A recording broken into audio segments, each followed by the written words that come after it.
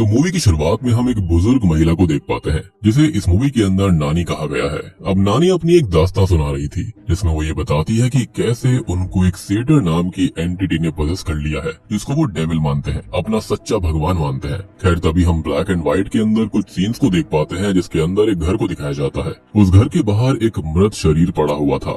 अब तभी इस घर के अंदर के दृश्य को हम देख पाते हैं जहाँ पर हमको नोटिस होता है कि घर के अंदर कुछ कैंडल्स जल रही थी। वहाँ पर हमें एक कमरे के अंदर नानी पजल स्टेट में दिखाई देती है, वो कुछ बड़बड़ा रही होती है। वहीं दूसरे कमरे में हम उस घर के अंदर एक व्हाइट गाउन पहनी लेडी को देख पाते हैं, वो भी पजेस्ड लग रही थी। अब तभी वो केरोसिन लेकर उस मृत शरीर के ऊपर गिरा देती है और उस बॉडी में आग लग जाती है कि तभी उस मृत शरीर के अंदर से हम उस स्पिरिट को निकलकर ऊपर जाता हुआ देख पाते हैं। तभी सीन एक पैरानॉर्मल और क्रीपी एंटिटी पर भी पॉइंट होता है जो कि कोई और नहीं, शायद से सेटर एंटिटी ही होगी। खैर अब यहाँ से सीन शिफ्ट हो जाता है और अगले सीन में हम एडम नाम के एक शख्स को देखते हैं जो कि जंगल में कुछ एक्सप्लोर कर रहा होता है। वो जंगलों में ही बने हुए कैबिन में रह रहा था। वो एक खास विसल बजाकर अपने पेट डॉग को भी बुलाता है। अब अगले सीन में वो रिकॉर्डर पर नानी की रिकॉर्डिंग सुन रहा था, जिससे हमको पता चलता है कि वो नानी के ही परिवार का शख्स है। ये वही परिवार है जिसको हमने मूवी की शुरुआत में पजल्ड हालत में देखा था। तभी एडम को एक विजन आता है जिसके अंदर वो एक दरवाजे के ऊपर मशाल को जलता देखता है।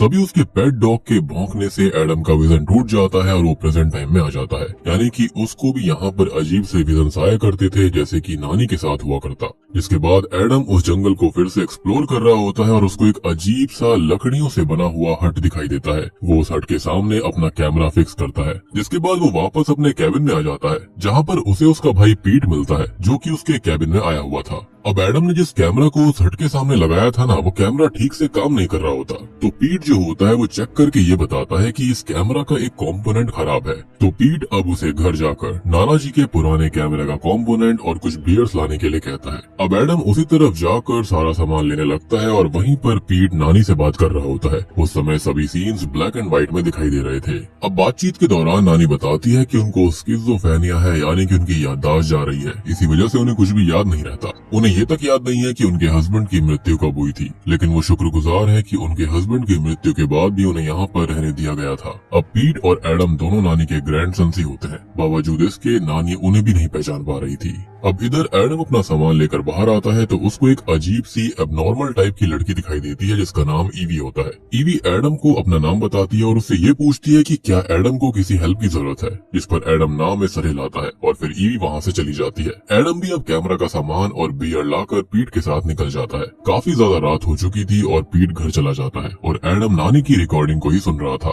तभी कैबिन के अंदर उसे अपने पेट डॉग की जोर जोर से भौंकने की आवाज आती है। अब एडम उसकी तरफ देखता है तो उसको ऐसा लगता है जैसे कि वो बाहर जाने की कोशिश कर रहा हो। अब एडम दरवाजा खोलता है कि तभी उसे बाहर एक लाइट दिखाई देती है और जैसे ही एडम उस लाइट को देखता है वो फिर से उस विजन में चला जाता है और इस बार वो उस मशाल से जलती आग के करीब जा रहा था। लेकिन तभी उसका विजन टूट जाता है और वो होश में आता है। तब वो बाहर निकलता है और शायद उसके विजन से वो बहुत ही ज्यादा आकर्षित हो गया था। इसी वजह से वो बाहर फॉरेस्ट में फिर से टहलने लगता है और फोटोज को कैप्चर करता है। अब वो वापस से अपने कैबिन में आ जाता है जहाँ पर उसने किसी फोटोग्राफ को कैप्चर किया था। एडम अपने कंप्यूटर के अंदर उस फोटोग्राफ को देखता है लेकिन उसे कुछ भी समझ में नहीं आता, लेकिन फिर भी वो उस फोटोग्राफ का प्रिंट आउट निकाल लेता है। अगले सीन में हम एडम को नानी के घर में देखते हैं जहाँ पर वो कुछ सामान ढूंढ रहा था। वहाँ पर नानी और पीट आपस में बातें कर रहे होते हैं, जिसमें नानी पीट को पहचानने से इनकार कर रही थी, जबकि आखिरी ही दिन पीट उनसे मिलकर गया था। खैर इसमें नानी की कोई भी गलती नहीं थी क्योंकि उनकी याददाश्त बहुत ही कमजोर थी। जब वहाँ पर सेटर का जिक्र होता है तब नानी बताती है कि सेटर उन्हें बहुत सी बातें बताता है जो वो लिख लेती हैं। सेटर उनके साथ हमेशा रहता है, वो उनको गाइड करता है, ट्रेन करता है, उनसे बात करता है और एक तरह से सेटर उनका गार्डियन है।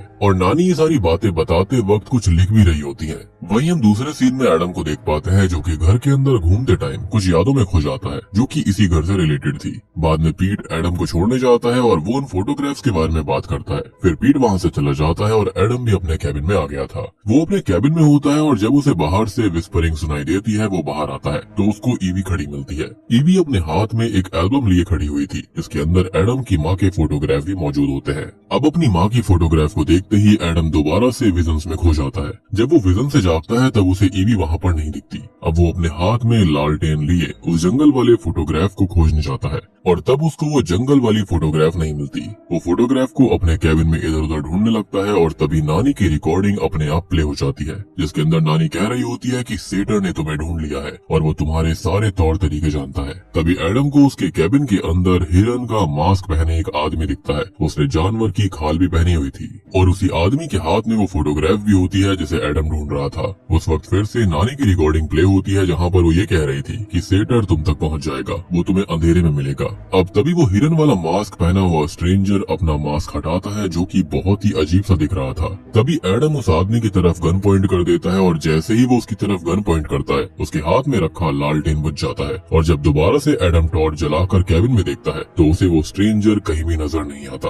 अब अगले दिन एडम और पीट जंगल में एडम के पेट डॉग को ढूंढने लगते हैं। वहाँ पर पीट एडम से डेबोरा के बारे में बात करता है और डेबोरा असल में उसी की सिस्टर और नानी के परिवार की ही मेंबर होती है। पीट एडम से कहता है कि उसे लगता है कि उनके नाना जी जिम ने जानबूझकर अपनी जिंदगी सैक्रिफाइस करी थी ताकि सेटर नानी के साथ रह सके और नानी ने ही शायद उनकी माँ के पीछे सेटर को भेजा था। और उसके बाद पीट वहाँ से लौट जाता है क्योंकि ये बातें काफी ज्यादा उसे अजीब लग रही थी।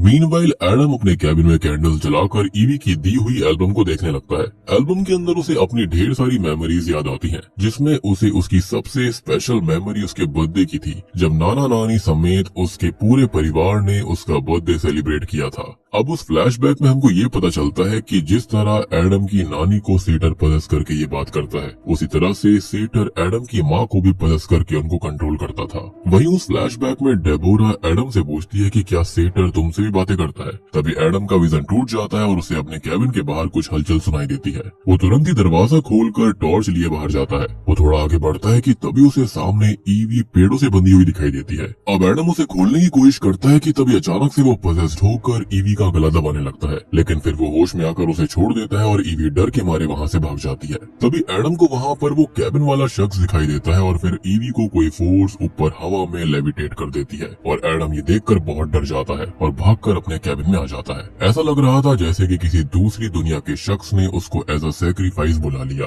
खैर फिर अगले दिन वो कैबिन में हर तरफ कैंडल्स जलाकर रखता है। फिर वो कैबिन के अंदर अपने लैपटॉप के अंदर उस फोटोग्राफ की ब्राइटनेस को बढ़ाकर चेक करता है तो उसकी हालत खराब हो जाती है। फोटो के अंदर उसे सेटर के 4 चेले नजर आते हैं, यानी कि उसके कल्ट के लोग। वो डर जाता है और समझ जाता है कि कल्ट के ये मेंबर्स उसको ले जाएंगे। अब एडम अपने कैबिन में छुप जाता है कि तभी कैबिन का दरवाजा अपने आप खुलता है और वो 4 कल्ट के मेंबर्स अंदर दाखिल हो जाते हैं। अब एडम वहाँ से भागने की कोशिश करता है और लगभग सुबह होने तक लगातार भागते ही जा रहा था। उसे सामने एक बड़ा सा लेक दिखाई देता है और वहीं उसे सामने मशाल जलती हुई भी दिखाई देती है, बिल्कुल उसी तरह जिस तरह उसे अपने विजन में दिखाई दी थी। वो उस मशाल की तरफ बढ़ने लगता है कि तभी उसे वहाँ पर एक बड़ा सा डेविल दिखता है जो कि सेटर था। वो सेटर बहुत ही ज्यादा भयानक दिख रहा था और अपने नाखून से वो एडम की तरफ इशारा करता है और इसके साथ ही सीन यहीं पर शिफ्ट होता है। अब अगले सीन में हम देखते हैं कि चारों ही तरफ बर्फ पड़ रही थी, यानी कि तगड़ी ठंड का मौसम शुरू हो चुका था। अब एडम के इस गायब हो जाने के बाद में पीट खुद को जिम्मेदार मानने लगता है, जिसके बाद उसे मेंटल इंस्टीट्यूशन के अंदर ही भर्ती करवाया जाता है और उसको यहाँ पर डेबोरा ही लेने जाती है, जो कि वापस आ जाते हैं अपनी नानी के पास में। तभी हमें एक घर को दिखाया जाता है जहाँ पर डेबोरा नानी से उनके लिखे हुए हैंडराइटिंग और अपनी माँ के बारे में पूछती है कि वो पजल्स थी क्या, जिसके बाद डेबोरा नानी को कहती है कि पीट बाहर गया हुआ है तो उसे लेने जाना है। अगले सीन में हम डेबोरा और पीट को एक रूम में देखते हैं जहाँ पर दोनों आपस में एडम की ही बातें कर रहे थे। पीट उससे कहता है कि उसे एडम की चिंता हो रही है, जिस पर डेबोरा ये कहती है कि एडम पजल्ड हालत में था तो उसे अकेला छोड़ देना ही बेहतर है, वरना वो हमको नुकसान पहुंचा सकता है। कहीं न कहीं पीट खुद को एडम के गायब होने का गिल्टी मान रहा था। इसके बाद पीट एडम को ढूंढने के लिए निकल जाता है और वो उसे बहुत ढूंढता है, लेकिन एडम उसे कहीं नहीं मिलता। हर जगह बर्फ ही बर्फ जमी हुई थी। वो एडम को ढूंढते ढूंढते एक जगह पर पहुंचता है और वो अपने हाथ में खुद के और एडम के फोटोग्राफ्स को देखकर इमोशनल हो रहा था। तभी उसके सामने ईवी एक चेयर पर पजल्ड हालत में बैठी हुई थी। ये वही लड़की है जो कि हवा में लेविटेट हो गई थी। लेकिन ठीक उसी वक्त एडम पीछे से आता है और पीट का गला मरोड़ने लगता है और उसकी पीठ में हिरन का सींग घुसा देता है, यानी कि वही कल्ट वाला जो उनका सिंबल है। पीट की दर्दनाक चीख वातावरण में गूंजने लगती है कि तभी एडम पीट के चेहरे को आग में धकेल देता है और दर्दनाक चीख के साथ उसकी मौत मौत हो जाती है। उसके शरीर से उसकी रूह ऊपर हवा में उड़ जाती है, यानी कि वो सेटर को सैक्रिफाइस हो चुका था। और यहाँ पर हम नोटिस करते हैं कि ईवी और एडम दोनों ही स्पिरिट्स होती हैं, यानी कि ये कल्ट वाली स्पिरिट्स बन चुकी थी। और अब यहाँ पर हमको एक शॉकिंग बात पता चलती है कि सेटर जब भी किसी को खत्म करता है, उसको एज अ सैक्रिफाइस लेता है, तो उसकी जो सोल होती है ना, वो उसके ही कल्ट की मेंबर बन जाती है और वही अब लोगों को मार रही थी। और अब वो तीनों यानी कि पीट, एडम और ईवी सेटर के कल्ट के मेंबर बन गए थे, यानी कि जो स्टार्टिंग में और लोग दिखाई दिए थे वो भी ऐसे ही सैक्रिफाइस हुए होंगे। बेसिकली इस जंगल के अंदर सेटर नाम की एंटिटी जो है ना, उसका ही वास है और यहाँ पर जो कोई भी रहने आता है आसपास के इलाके में, उन सब की दर्दनाक मौत होती है। खैर अब हम मूवी के एंडिंग सीन में पहुंच चुके हैं, जहाँ पर खाली डेबोरा बची हुई थी। वो एक कमरे के अंदर जाती है जहाँ पर वो अपनी नानी को सफेद कपड़ों में देखती है, मतलब कि वो भी एक स्पिरिट थी। तभी नानी सामने खड़ी हुई किसी लेडी की तरफ बढ़ने लगती है और अचानक गायब हो जाती है। अब डेबोरा जो होती है वो नानी को ढूंढते हुए घर से बाहर आती है और हाथ में उसने एक लालटेन लिया हुआ था, लेकिन नानी उसे कहीं पर भी नहीं मिलती। तभी लालटेन की रोशनी में उसे अपने पीछे एडम खड़ा दिखता है, यानी कि वो एडम की स्पिरिट थी। एडम की स्पिरिट डेबोरा का गला दबाने लगती है और तभी वहाँ पर पीट और ईवी की स्पिरिट भी आ जाती है। वो सब डेबोरा को जिंदा जला देते हैं और चीखते चीखते डेबोरा की भी मौत हो जाती है। यानी कि अब आपको समझ में आया होगा कि स्टार्टिंग में जो नानी के साथ एक लड़की होती है वो उनकी ही बेटी थी, जिसको उन्होंने सैक्रिफाइस कर दिया, यानी कि उन्होंने अपने पूरे ही परिवार को सेटर को सैक्रिफाइस कर दिया था अपनी लॉयल्टी प्रूव करने के लिए। अब आखिर में हम नानी के घर को देख पाते हैं जहाँ पर ये सभी थे, यानी कि पीट, एडम, ईवी, डेबोरा, इनकी माँ, एडम का पेट डॉग, नानी, सभी के सब यहाँ पर थे, जो कि सभी के सभी कल्ट मेंबर्स बन गए थे। यानी कि अब ये यहाँ पर आने वाले और लोगों को मारने के लिए बिल्कुल रेडी हैं। यहाँ पर सेटर ने खुद को ताकतवर करने के लिए सभी को पजेस करके एक एक करके मार डाला और बूम, इसी के साथ में ये मूवी यहीं पर खत्म हो जाती है। तो दोस्तों ये थी सेटर फिल्म की कहानी। अब सेटर के बारे में एग्जैक्टली देखा जाए तो इसका मतलब होता है सीडर, यानी कि क्रिएटर। तो यहाँ पर ये जो डेविल है ना, वो क्रिएटर बनने की इनडायरेक्टली कोशिश कर रहा था। बात रही यहाँ पर थ्योरीज के बारे में, तो यहाँ दो थ्योरीज हो सकती हैं। पहला तो ये कि सेटर ने नानी को पूरी तरह से पजेस कर लिया था, जिसके बाद उसने एक एक करके अपने सारे के सारे परिवार वालों को कल्ट का हिस्सा बना दिया। बेसिकली सेटर को ही सैक्रिफाइस कर दिया। तो पहली थ्योरी तो काफी सिंपल है, प्रीटी स्ट्रेट फॉरवर्ड है। लेकिन दूसरी थ्योरी ये भी हो सकती है कि ये मूवी मेंटल इलनेस को दर्शाती है, जैसे कि नानी जो थी वो स्टार्टिंग से ही मेंटली इल थी, जिसके चलते उसने अपनी ही बेटी को खत्म कर दिया और उसके बाद में उसने यहाँ पर ढेर सारी चीजें ऐसी करी जो कि बहुत ही गड़बड़ वाली थी। स्पेशली अपने हस्बैंड को भी खत्म कर दिया, जिसके बाद में वो यहाँ पर अकेली ही रह गई होंगी। एंड माइट बी एंड में जब उसको याद आया होगा कि उसने कैसे कैसे पाप किए हैं, तो उसने खुद को भी खत्म कर लिया। और यहाँ पर ये जो मेंटल इलनेस थी ना, इसके पूरे परिवार के अंदर चल रही थी। तभी हमने नोटिस करा था कि डेबोरा ने यहाँ पर एडम को आइसोलेट कर दिया था कैबिन के अंदर। उसने कहा भी था कि वो काफी डेंजरस है उनके लिए। सो आई बिलीव कि एडम को भी यहाँ पर कुछ न कुछ दिक्कत होगी, और हो भी सकता है कि एडम ने यहाँ पर वाकई में अपनी माँ को ढूंढने के चक्कर में सेटर एंटिटी को बुला लिया था, जिसके बाद में इन सभी का सैक्रिफाइस यहाँ पर हो गया।